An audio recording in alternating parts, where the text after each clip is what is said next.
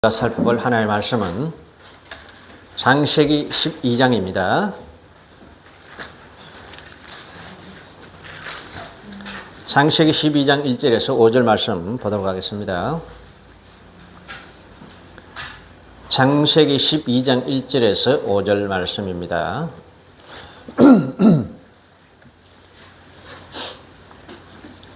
한 절씩 교독하도록 하겠습니다. 여호와께서 아브라함에게 이르시되 너는 너의 고향과 친척과 아버지의 집을 떠나 내가 내게 보여줄 땅으로 가라.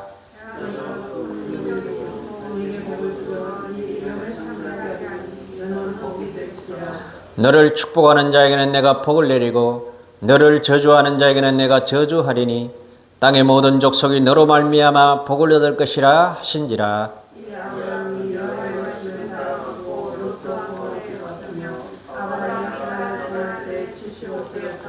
5절은 같이 읽도록 하겠습니다. 아브라함이 그의 아내 사레와 조카 롯과 하란에서 모은 모든 소유와 얻은 사람들을 이끌고 가나안 땅으로 가려고 떠나서 마침내 가나안 땅에 들어갔더라. 아멘. 오늘 우리 예배를 위해서 다시 한번 기도하도록 하겠습니다. 사랑에 많으시고 거룩하신 아버지 감사합니다. 추운 겨울은 지나고 이제 봄이 가까이 와 있습니다. 겨울 동안 우리를 지키셨다가 건강하게 아버지 또한 주일날 모이게 하시니 감사합니다. 모여온 우리 성도들 주님 기억하셔서 저들의 찬양과 저들의 기도를 받으시고 하나님 홀로 영광 받아 주시옵소서. 저들의 가난을 기억하시며 저들의 연약함을 기억하셔서 오늘 하나님의 말씀을 통하여 주님의 위로와 격려와 치료를 허락해 주시옵소서. 예배하는 모든 교회 위에 하나님의 은혜가 임하게 하옵시고 예배하는 이 자정을 주님 붙잡아 주시고 홀로 영광 받아 주시옵소서. 예수님 이름으로 기도하옵나이다. 아멘. 한 주간 잘 지내셨죠? 우리 서로 쳐다보고 한번 인사합시다. 잘 계셨습니까?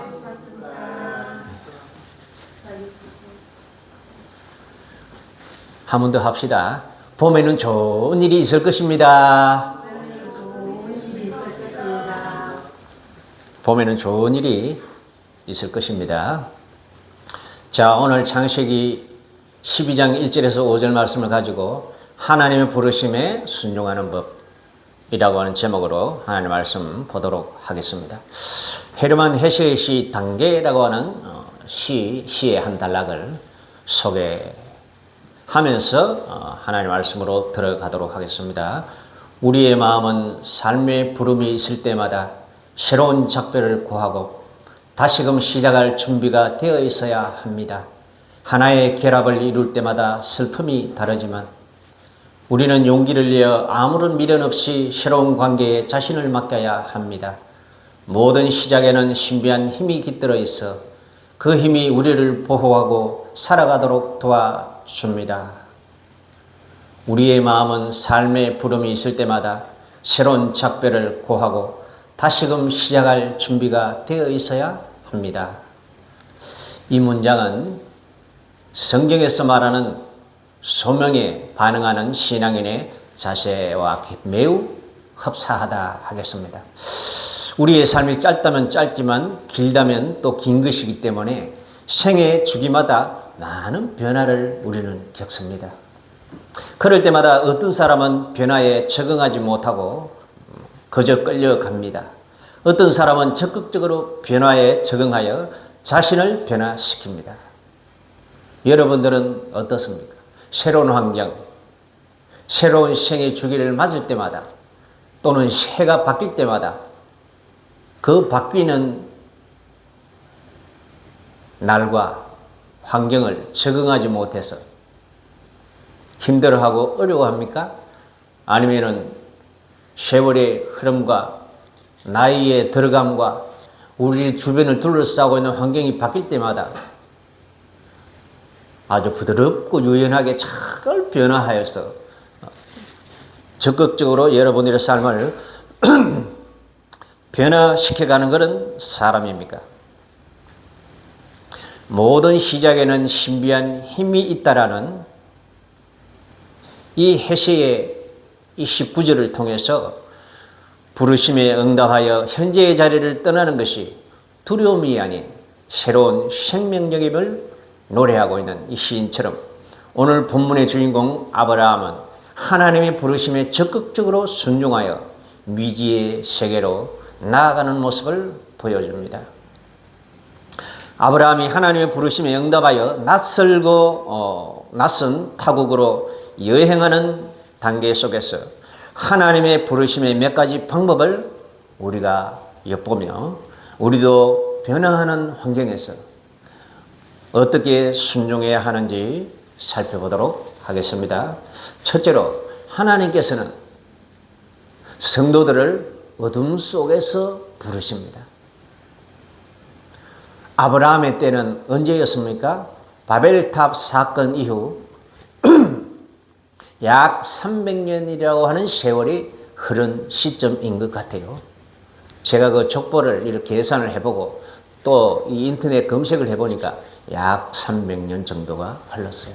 그 300년이라고 하는 세월 동안 많은 것이 변했어요. 사람들은 바벨탑 이후 사방으로 흩어져 갔지만 영적으로는 암흑의 시기였습니다. 아무도 여호와를 기억하거나 하나님을 예배하거나 제사하는 사람을 찾아볼 수가 없는 영적으로는 완전히 캄캄한 시대였어요. 그러나 하나님께서는 어둠 속에서 빛을 창조하시듯이 어둠 가운데서 불신앙 가운데서 믿음의 사람 아브라함을 불러내십니다.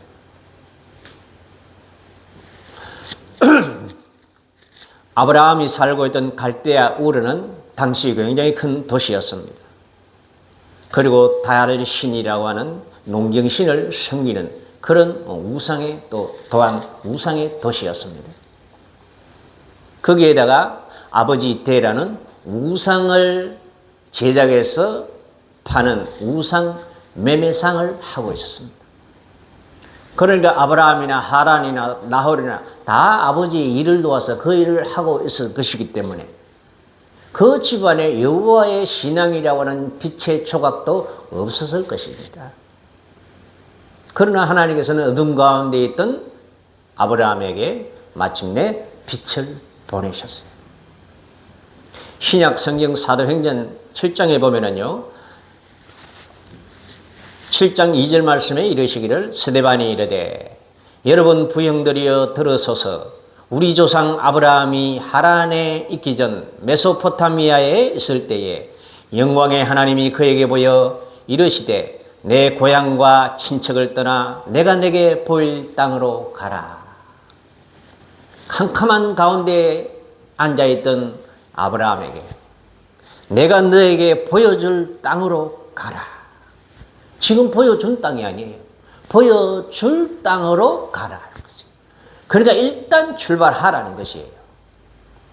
어두움에서 빛 가운데로 아브라함을 불러내신 것입니다. 신앙적인 측면에서는 불빛 하나 없는 캄캄한 암흑천지였다고 볼 수가 있습니다. 그런 가운데서 하나님께서 아브라함을 불러내셨습니다. 저와 여러분들도 마찬가지입니다. 우리들도 모두 어둠 중에 있을 때 하나님의 부름을 받았습니다. 저 같은 경우만 보더라도 일용직으로 가족을 부양하셨던 아버지, 그리고 술을 굉장히 즐기셨습니다. 그리고 잔소리가 아주 심한 어머니, 그리고 두 분은 자주 싸웠어요. 단칸방에서 그렇게 생활을 했습니다. 자주 싸웠습니다. 굉장히 암울하고 희망 없는 그런 어린 시기였다는 것을 지금도 기억을 합니다. 그러나 그 가운데서 하나님의 한 줄기 빛은 어린 제 마음에 왔어요. 누나가 자기 친구 아빠가 목회하시는 교회에 저를 손잡고 주일학교에 다니기 시작했어요. 그것이 지금도 제 교회 생활의 시작 시점으로 기억을 하고 있어요. 누나가 내 어린 아이 손을 잡고 주일학교를 나가기 시작했어요. 환경적으로는 희망 없는 암울한 시기였습니다마는 하나님은 벌써 저를 그때 부르셨습니다. 여러분도 지금 스스로를 보며 희망의 빛이 보이지 않는다라고 생각하는 사람은 있습니까?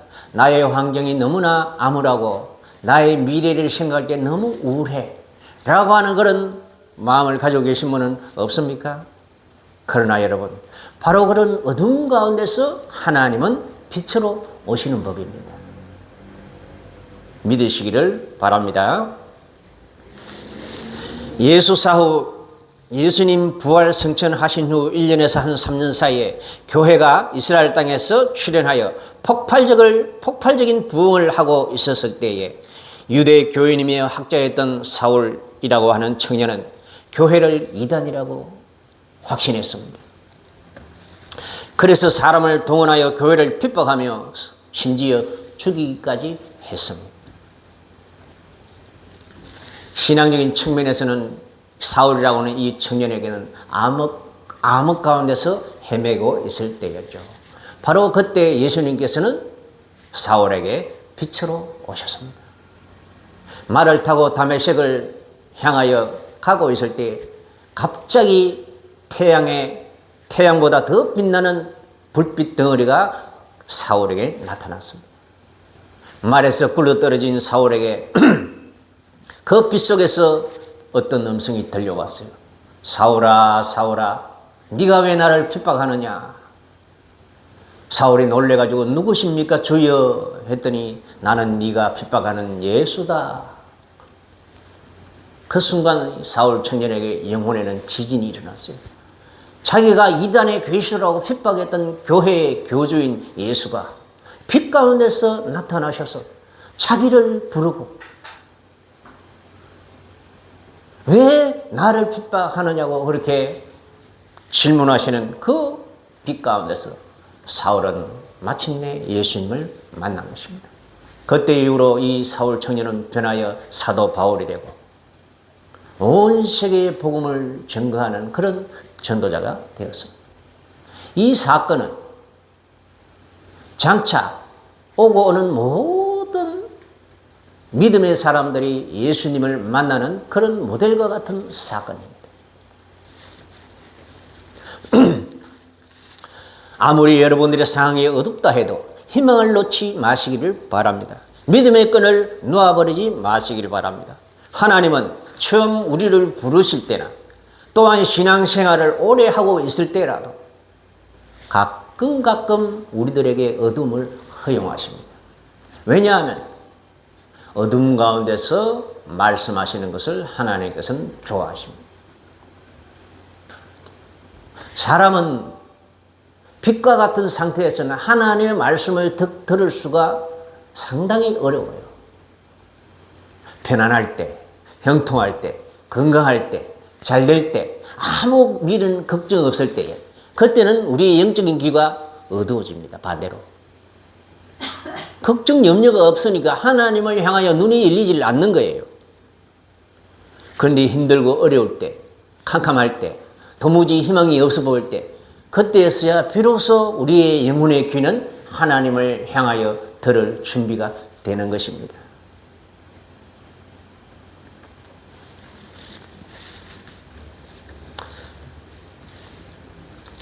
그래서 하나님은 우리들에게 어둠을 허용하시고 어둠 속에서 하시고 싶은 말씀을 하시기 때문입니다. 그러므로 우리가 처한 환경이 어둡다고 길이 없는 게 아니라 어둠 속에서 가는 길을 멈추고 또 다른 길로 접어들 수 있도록 하시거나 잠시 멈추어 가는 길의 속도를 줄이고 다시금 삐뚤어진 방향을 재조정하는 그런 시간을 가지도록 하나님께서는 그 어둠을 허락하시는 겁니다. 우리들에게 다가오는 이 어둠은 우리의 구원 얻지 못한 우리를 구원하시거나 아니면 믿음의 길에서 이탈해가는 우리를 다시 돌이키기 위해서 하나님께서는 가끔 저와 여러분들에게 어둠을 허용하시는 겁니다. 하나님의 배려라는 그런 믿음을 가지기를 바랍니다. 내가 너무 힘들어, 너무 어려워, 너무 희망이 없어, 나는 왜 이 모양이야? 그런 환경이 여러분들에게 다가올 때 하나님의 배려가 또 내게 임하였구나. 그렇게 믿음의 자세로 생각하기를 바랍니다. 그리고 하나님은 두 번째로 하나님의 부르심에는 반복적으로 저와 여러분들을 부르십니다. 단 한 번 하나님의 부르심에 각성하여 응하는 사람은 거의 없습니다. 여러분, 하나님은 우리의 인생에 나타나셔서 우리를 결정적으로 부를 때가 있어요. 제 인생에 있어서도 크게 한 3번 정도 하나님께서 나를 만나주셨어요. 첫 번째로는 아까 전에 언급한 것처럼 누나의 손을 잡고 교회에 갈 때 하나님이 세상을 이처럼 사랑하사, 이 주일학교 그 찬양을 통해서, 그리고 머리 어깨 무릎 발 하나님이 주셨지, 이런 찬양을 통해서 나를 찾아오셨어요. 지금도 그 노래를 제가 지금 기억하고 있잖아요. 그리고 두 번째로는 초등학교 5학년 때였어요. 그때는 정말로 하나님이 만나는 시간이었습니다. 주일학교 때는 노래만 기억했는데 초등학교 5학년 때는 성령님이 내 마음속에 감동하는 것을 경험을 했어요. 성경학교를 하는데 전도사님이 오늘부터 예수님 믿을 사람 나오세요 하니까 제가 두 번째 날 손을 들고 나갔거든요. 손을 붙잡고 기도를 하는데 내 마음속에 그렇게 어떤 신비롭고 영적인 큰 물결이 울렁울렁 하는 것을 경험을 했어요. 그리고 세 번째는 20대 중반에 몸이 아파가지고 하나님께 다 기도를 하고 그 순간부터 술, 담배 딱 끊고 새벽기도 나가면서 그때부터 지금까지 그렇게 하나님께서는 저를 만나 주셨습니다. 여러분들의 인생에 있어서도 하나님은 여러분들의 마음에 믿음이 안착할 때까지 하나님을 하나님으로 인정을 하고 하나님을 나의 아버지, 예수님이 날 위해 죽으시고 부활하신 구세주라는 것을 확실히 확신하시기까지 거듭 여러분들에게 찾아가실 것입니다. 결혼을 전제로 하는 만남도 그렇잖아요. 한번 만나서 결혼하는 사람이 어디 있어요? 중매를 쓴다든지 미팅을 한다든지 아니면 뭐 오다 가다 만난다든지 해서 이렇게 눈이 맞고 감정이 생기면은 자꾸 만나잖아요. 만나서 서로 사랑을 확인하고 이 사람 정말로 결혼을 해도 되겠다라고 하는 그 마음이 확신이 들 때까지 여러 번 만나다가 결국 결혼에 꼴이 나는 거잖아요. 우리가 하나님을 믿는 시점에 이르는 것도 여러분 부르시는 끝에 결국 마침내 믿음으로 반응하게 된다는 것입니다. 어느 날 아브라함을 부르신 하나님은 아브라함이 지체할 때마다 재차 부르셨어요. 처음에 아브라함이 고향인 갈대아 우르에서 지낼 때 아버지의 일을 도와서 우상을 매매하는 그 일을 하고 있었어요. 그런 가운데 하나님께서 아브라함에게 빛의 말씀으로 찾아오셨잖아요. 내가 내게 지시할 땅으로 너의 고향 친척을 떠나라 했어요. 근데 단 한 번 듣고 아브라함이 어떻게 출발을 하겠어요? 나이 드신 아버지도 계시고 하는 일도 있고 형님, 동생, 조카 여러 가족들과 함께 그 일을 하고 있었는데 당장 떠날 수가 없잖아요. 그리고 아버지에게 아버지 하나님께서 우리를 떠나라고 합니다. 가나안으로 떠나고 싶습니다. 함께 떠나십시다. 이렇게 말씀을 드려도 쉽게 움직일 수가 없잖아요. 고향 떠나기가 쉽지가 않아요. 그런데 그때 어떤 사건인지는 몰라도 데라의 아버지 데라의 맏아들인 하란이 사망하는 사건이 있어요. 당시 이민족의 이민족의 침투가 굉장히 심할 때였어요. 그래서 거기에 전쟁에 나가서 죽었는지 아니면 어떤 사건 사고로 죽었는지는 모르겠어요. 성경이 말하고 있지 않아요. 그러나 하란이 죽는 사건이 터집니다. 그 맏아들의 죽음으로, 형님의 죽음으로 그들의 마음이 심각하게 요동을 하죠. 그리고 자기들이 섬기던 무상에 대한 신뢰도 크게 흔들립니다. 그때 하나님께서는 아브라함을 부르시고 내가 내게 지시할 땅으로 가라. 그래서 그들은 하란의 죽음으로 인해서 떠날 결심을 하게 되고 가나안을 향하여 떠나게 됩니다. 그리고 두 번째 나타나신 적은 언제냐? 하란에 도착해서 가나안 가는 중간 지점인 하란에 가족들이 도착해서 그곳에 안착합니다. 거기서 거기에 거류하게 됩니다. 가나안 가기 전 중간 지점에 정착하고 주저앉아 버립니다. 오랜 세월이 지났어요. 하나님께서 가라고 하는 그 땅으로 가는 것을 중간에 중지했어요. 그때 다시 아버지 데라가 사망합니다. 집안의 중심 되신 아버지가 돌아가시니까 아브라함의 마음에 아주 요동이 아주 심했겠죠. 그때 하나님께서 다시 나타나십니다. 그것이 바로 오늘 본문 말씀이에요. 제가 한번 읽겠습니다. 여호와께서 아브라함에게 이르시되 너는 너의 고향과 친척과 아버지의 집을 떠나 내가 내게 보여줄 땅으로 가라. 이렇게 하나님은 다시 아브라함에게 재차 나타나셔서 주저앉아 있던 아브라함에게 가나안으로 갈 것을 다시 한번 지시합니다. 그때서야 비로소 아브라함은 조카 롯과 아내와 그늘인 하인들과 가축을 이끌고 가나안으로 마침내 들어가게 됩니다. 사랑하는 우리 가족 성도 여러분, 하나님의 부르심은 저와 여러분들이 하나님의 부르심에 응답할 때까지, 하나님의 부르심에 확실하게 각성할 때까지 거듭 부릅니다. 그것이 바로 하나님의 저와 여러분들을 향한 사랑입니다. 저와 여러분들이 눈이 어둡고 귀가 어두워 우리의 마음이 둔하고 세상 일에 몰두해서 하나님의 음성을 잘 듣지를 못해요. 그러나 하나님은 저와 여러분들이 하나님의 부름에 응답할 때까지 계속해서 포기하지 않으시고 부르신다는 것을 기억하시기를 바랍니다. 그것이 바로 우리가 믿는 하나님의 사랑입니다.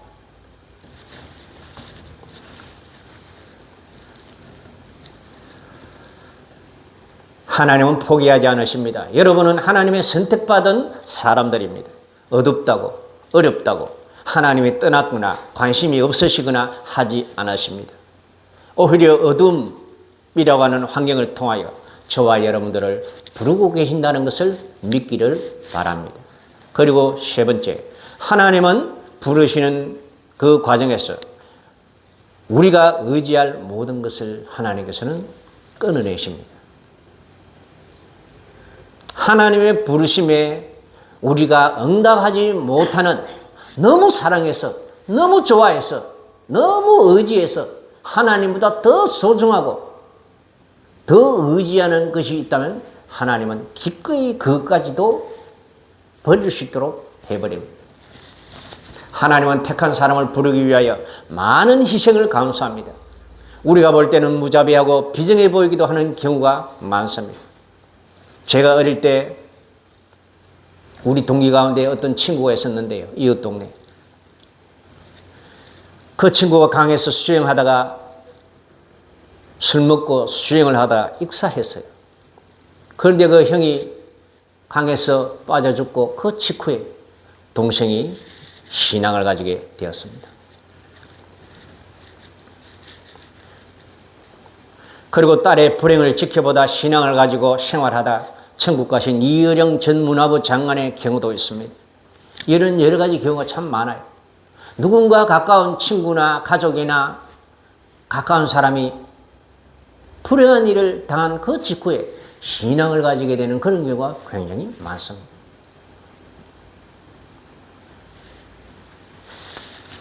아브라함은 부르심을 받는 과정에서 가까운 세 사람과 이별하는 아픔을 겪습니다. 형이 하란에서 갈대아 우르에서 사망하였습니다. 우르를 떠나는 전후로 하란은 죽었고 그의 죽음이 우르를 떠나는 직간접적인 원인이 되었을 것입니다.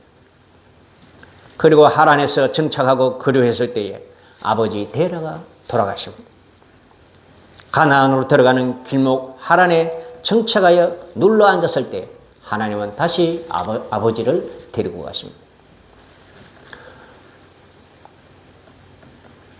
그리고 가나안에 들어가서도 조카 롯을 아브라함에게서 떠나게 합니다. 조카 롯은 신앙이 있었으나 아브라함과 같은 신앙은 부족했습니다. 삼촌의 절대자의 말씀을 따르려는 그 결기가 없었어요. 그래서 한정된 지역에서 자주 감정이 상할 일이 발생했습니다. 아브라함은 하나님을 믿는 사람으로서 이래서는 안 되겠다 싶어서 결단을 합니다. 네가 좌하면 나는 우하고 네가 우하면 나는 좌하리라 라는 유명한 말을 하며 롯과 헤어집니다. 그리고 또한 아브라함은 100세에 난 아들까지 제단에 바치라는 시험을 통과하게 됩니다. 하나님은 하나님의 부르심에 응답하여 길을 가는 순례자에게 그가 의지하고 사랑하는 모든 것을 포기하게끔 이끄십니다. 사실 돌아가신 우리 장모님이 그야말로 하나님처럼 의지하던 사람이 있었잖아요. 우리 큰처남이거든요. 큰처남. 모든 것이 큰처남으로 이 세상에 돌아가야 돼. 장모님한테는. 그런데 내가 속으로 심한 말씀 못 들었지만 저 큰처남이 우상이다. 큰처남을 우상처럼 섬기는 이상 큰처남이 아주 그렇게 참 내놓으라 할 만한 정도로 그렇게 성공하기는 어려울 건데 그런 생각을 했어요. 이제는 내가 말할 수가 있습니다. 돌아가셨기 때문에.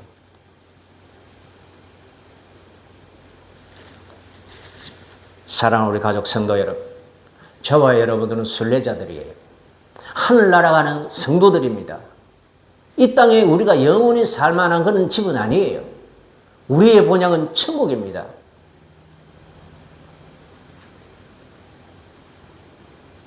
천국이 우리의 고향이요 우리가 영원히 가서 살만한 그런 본향입니다. 그러므로 저와 여러분들이 이 세상에 우리가 영원히 살 것처럼 나의 성을 쌓기 위하여 모든 것을 쏟아부어서는 안 됩니다. 우리의 마음을 거기에 묶으면 안 돼요. 사람도 집도 돈도 권력도 그 어떤 것도 영원히 우리가 이곳에서 거기에 묶여 있을 사람들이 아니에요. 저와 여러분은 예수님 이름으로 하나님께서 우리를 부르셨고 하늘 날아가는 그 여행을 지금 우리가 가고 있는 거예요. 그런 신분의 사람들이 자꾸 견디라고 세상의 어떤 것에 완전히 내가 거기에 영원히 살 것처럼 온 마음을 거기에 쏟아붓는다면 하나님께서는 별로 좋아하지 않으세요. 하나님께서는 아브라함이 하나님의 부름을 받고 거기에 묶여서 자꾸 하나님의 부름의 길을 떠나지 못하고 주저하면 다 데리고 가버렸습니다. 형님도 아버지도 조카도 그 일을 반복적으로 아브라함이 경험을 하면서 아브라함은 평생 밭을 사거나 물론 나중에 이제 무덤하기 위하여 막벨라 굴을 샀지만은 농사지어서 거기에 정착해서 살기 위하여 밭을 사거나 집을 짓거나 하지를 않았어요. 평생 나그네로서 텐트를 치고 걷고 하기를 반복하면서 그렇게 평생 살았습니다. 신약에 보면 그런 표현이 있죠. 아브라함이 그렇게 산 것은 나그네로 산 것은 더 나은 본향을 바라보기 때문이다. 그렇게 말씀을 하셨습니다. 사랑하는 가족 성도 여러분, 우리가 이 세상에서 최선을 다해 열심히 살아야 됩니다. 돈도 벌고 결혼도 하고 자식도 놓고 친구도 사귀고 사회에 많은 유익을 끼치는 그런 활동을 해야 합니다. 그러나 우리는 늘 마음에 기억을 해야 합니다. 나는 하늘 날아가는 나그네다. 하늘나라를 향하여 가는 여행객이다. 내가 최선을 다하여 살되 이것이 내가 영원히 여기 머물러 있을 사람은 아니다라는 것. 그것을 여러분들이 믿기를 바랍니다. 예수님도 마찬가지였죠. 예수님도 3년을 동고동락하던 제자들이 결정적일 때에 다 배신하고 도망갔습니다. 예수님이 잡히고 십자가에 달리자 제자들은 자기가 섬기던 예수님이 설마 죽기 위하여 오신 것은 아닐 것인데, 그런데 잡혀서 무력하게 십자가에 달리거든. 제자들이 어떻게 했습니까? 다 도망갔어요. 심지어 예수님이 십자가에 달려서 아버지여 아버지여 기도할 때 하나님마저도 고개를 돌렸어요. 그래서 인간 예수는 십자가 위에서 아버지여 아버지여 어찌하여 나를 버리시나이까 하고 부르짖었습니다. 오롯이 십자가 형벌을 홀로 당하게 하셨어요. 예수님마저 그렇게 했다는 것이에요. 하나님 아버지는 어떻게 보면 욕심쟁이입니다. 자기만을 바라보고 자기만을 사랑하도록 하세요. 우리가 의지하는 것이 무엇이며 누구입니까? 하나님은 우리의 마음이 하나님만을 보시기 원합니다. 우리는 일반적으로 이 세상에서 세 가지를 의지하는 습성이 있습니다. 첫째로는 사람이죠. 그러나 사람은 사랑의 대상이지 믿음의 대상은 아닙니다. 그렇게 믿었던 조카 롯은 삼촌을 떠나 죄악 가득한 도시 소돔과 고모라로 들어갔다가 모든 것을 잃어버리고 몸만 겨우 빠져나오게 됩니다. 만일에 아브라함이 그 젊은 조카를 믿었다면 얼마나 실망스러웠겠습니까? 그러나 아브라함은 담대하게 그 롯을 보냈어요. 천하장사 삼손이 머리가 깎이고 눈이 뽑혀 원수들의 연자맷돌을 돌리게 된 것은 누구 때문이었습니까? 자기가 사랑했던 연인 데릴라 때문이었어요. 그렇게 사랑하고 연연했던 연인 데릴라가 배신을 한 겁니다.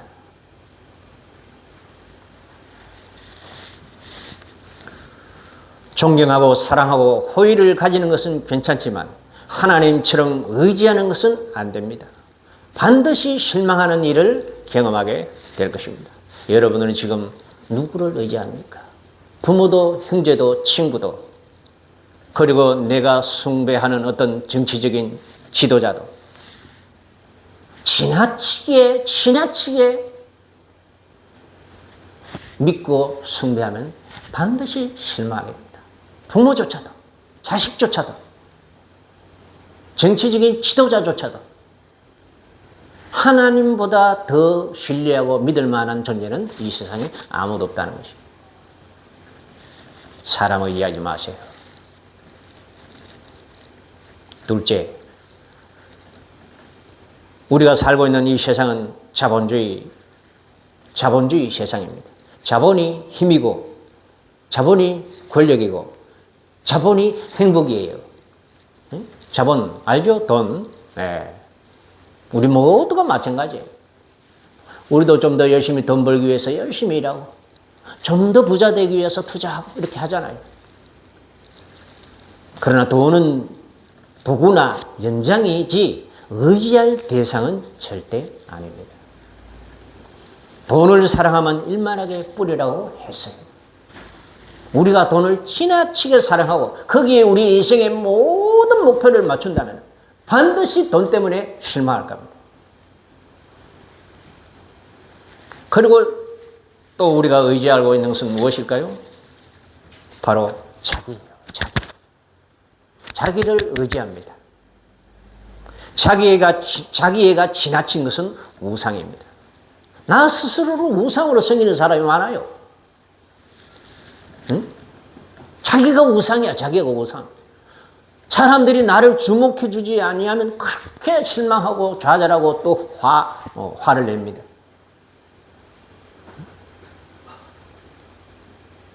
자존심이 강해 조금만 무시하는 느낌만 있어도 크게 화를 내고 상처를 받습니다. 모든 세상이 자기 중심으로 돌아가야 돼. 자기가 대화의 중심에 서야 만족을 하고 끝없이 남과 비교하여 자신의 가치를 그렇게 결정을 합니다. 그것은 바로 정말 자기 중심적인 자기 우상을 섬기는 사람들의 자세입니다. 이런 태도는 자기를 지나치게 높이고 과대평가하거나 또는 과소평가하려는 은밀한 마음 때문입니다. 그렇지 않습니까? 그것이 바로 자기를 우상으로 섬기는 것이에요. 믿음의 사람들은 하나님 앞에서 자신을 있는 그대로 보아야 합니다. 있는 그대로. 나를 과대 포장해서 대단한 사람처럼 생각하면 안 돼요. 또는 하나님께서 가치 있는 존재라고 말씀하시는데도 자기를 그야말로 벌레마도 못한 그런 사람이라고 그렇게 또한 과소평가해서도 안 돼요. 있는 그대로 사실대로를 인정할 줄 알아야 돼요. 믿음의 사람들은 하나님 앞에서 자신을 있는 그대로 보아야 합니다. 사람, 돈, 자신을 꼭 붙잡고 있는 마음의 손을 놓아버리세요. 그래야 그때 우리는 오히려 행복하고 자유로울 수가 있습니다. 그래야 우리는 하나님의 부름에 순종할 수 있습니다. 너는 마음을 다하고 목숨을 다하고 뜻을 다하여 주 너의 하나님을 사랑하라고 하셨어요. 마음을 다하고 목숨을 다하고 뜻을 다하고 힘을 다하여 나를 사랑하지 말고 하나님을 사랑하라는 것입니다. 하나님. 그것이 바로 우리들의 마음의 자유와 평화와 기쁨을 줍니다.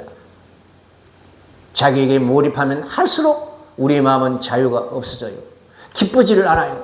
늘 비교하고 경계하고 무서워합니다. 그렇게 살고 싶어요? 그래서는 안 됩니다. 사람, 돈, 자신을 꼭 붙잡고 있는 마음의 손을 놓아버리세요. 그래야 우리는 하나님의 부름에 순종할 수 있습니다. 코코넛 속의 사탕이라고 하는 잘 알려진 이야기 하나 하겠습니다. 어느 마을 사람들이 원숭이를 잡기 위해 꾀를 냈습니다. 그들은 커다란 코코넛 속을 파내고 원숭이 손이 간신히 들어갈 만한 구멍을 낸 뒤 그 안에 원숭이가 제일 좋아하는 사탕을 가득 넣어두었습니다. 잠시 후 냄새를 맡은 원숭이가 코코넛 속에 손을 넣어 사탕을 한 움큼 쥐었습니다. 그런데 사탕을 쥔 주먹은 구멍보다 커서 빠지지를 않았습니다.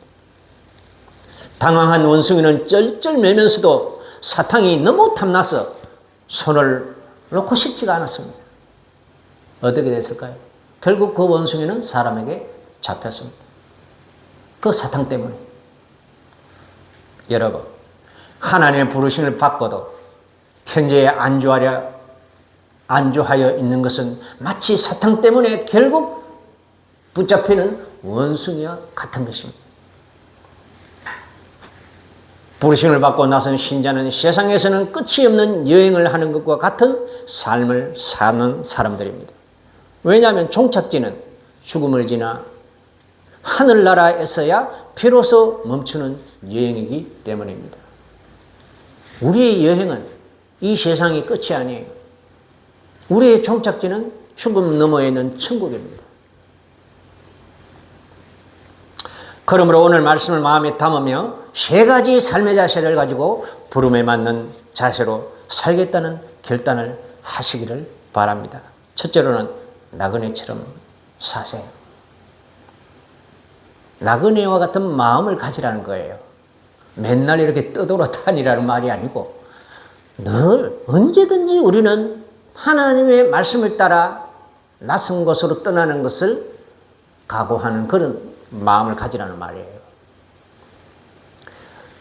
언제든 다른 환경, 다른 직업, 다른 사람과 만날 수 있는 그런 마음으로 사세요. 두 번째, 영원한 본향을 보며 사세요. 인생은 긴 것 같아도 길지 않아요. 80, 90대면 다 놓고 가야 합니다.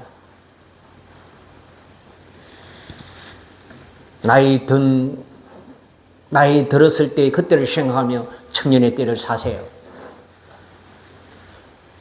언제나 청년은 아닙니다. 저도 지금 이제 65세인데 아직까지 난 청년 같은 마음이고 청년의 때가 너무나 내게는 보내고 싶지 않았던 때예요.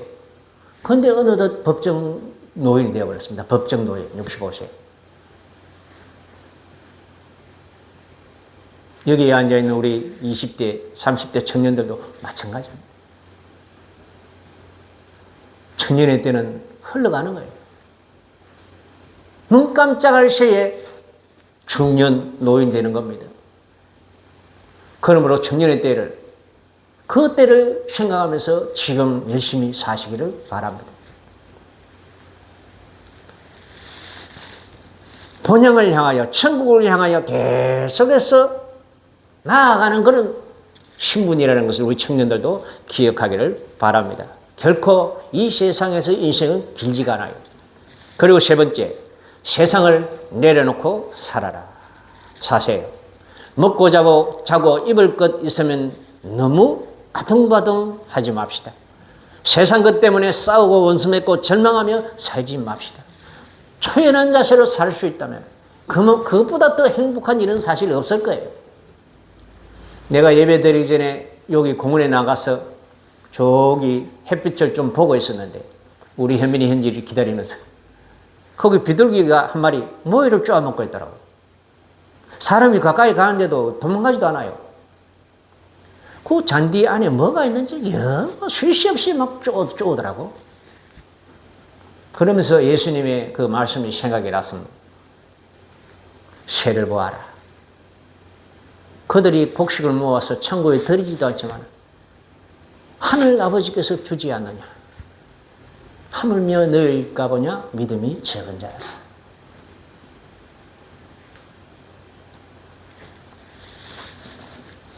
먹고 자고 입을 것 있으면 너무 아둥바둥 하지 맙시다. 신앙에 손해보면서 사람 원수 맺으면서 그렇게 아둥바둥 하지 맙시다.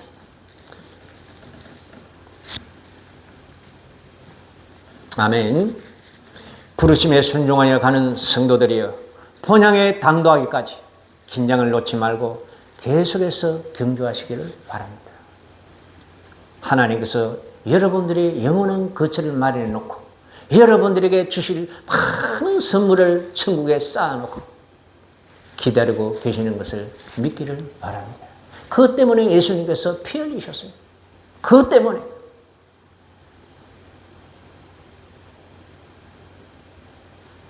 어둡다고, 암울하다고, 희망이 없다고 실망절망하지 마세요. 그 가운데서 하나님은 여러분들을 만나기를 원합니다. 어두운 가운데서 여러분들에게 빛으로 만나주시기를 바랍니다. 하나님. 할렐루야. 어둡지 않으면 빛이 보이질 않아요. 밤이 없으면 새벽이 안 와요. 밤이 온 후에 새벽이 옵니다. 여러분들의 삶이 어렵고 힘들고 암울하고 캄캄하다 해도 그 어둠을 통과해야만 빛을 만날 수 있는 겁니다. 사랑하는 우리 성도 가족, 성도 여러분, 저와 여러분들은 하늘 가는 밝은 길을 걷고 있는 사람들이에요. 가끔 밤이 오지만 그것은 빛을 만나기 위한 하나님의 계획이에요. 믿으시기를 주의 이름으로 축복합니다. 기도합시다. 사랑이 많으시고 거룩하신 아버지 감사합니다. 이제 아버지 하나님 겨울이 지나고 봄이 가까이 온 듯 합니다. 계절의 변화를 보면서 하나님께 영광 돌리며 찬양합니다. 추운 겨울이 있으면 봄이 오듯 우리의 암울한 어둠을 지나 희망의 하나님을 만날 것을 생각하면 가슴이 뜁니다. 우리 주님께서 여기 앉아있는 우리 모든 성도들에게 현재가 힘들고 어려워도 어려움 저 끝에 기다리고 계시는 하나님을 바라보면서 용기를 내어 열심히 살 수 있는 우리 성도들 되게 해 주시옵소서. 미사옵고 예수님 이름으로 간절히 기도하옵나이다.